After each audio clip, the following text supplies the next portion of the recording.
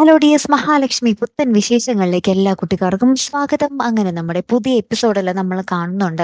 നമ്മുടെ മാർക്കോ വന്ന് നമ്മുടെ കണ്ണനോടും മഹാലക്ഷ്മിയോടും പറയുന്നുണ്ട് ഞാൻ ചെന്നപ്പോഴേക്കും അവരുടെ വിവാഹം കഴിഞ്ഞു പോയി എന്ന്.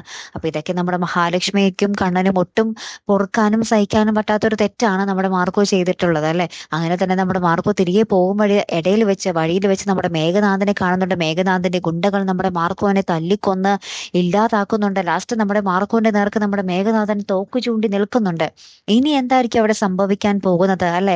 നമ്മുടെ മാർക്കോനെ ആരായിരിക്കും വന്ന് രക്ഷപ്പെടുത്താൻ പോകുന്നത് എന്നാണ് നമുക്കിനി അറിയേണ്ടത്. സാധാരണ നമ്മുടെ കണ്ണനും മഹാലക്ഷ്മിക്ക് എന്തെങ്കിലും അപകടം പറ്റുമ്പോൾ നമ്മുടെ മാർക്കോ വന്ന് രക്ഷപ്പെടുത്തും. പക്ഷെ മാർക്കോന് ഇതൊരു ആദ്യമായിട്ടാണ് ഇങ്ങനെ ഒരു അനുഭവം അല്ലെ.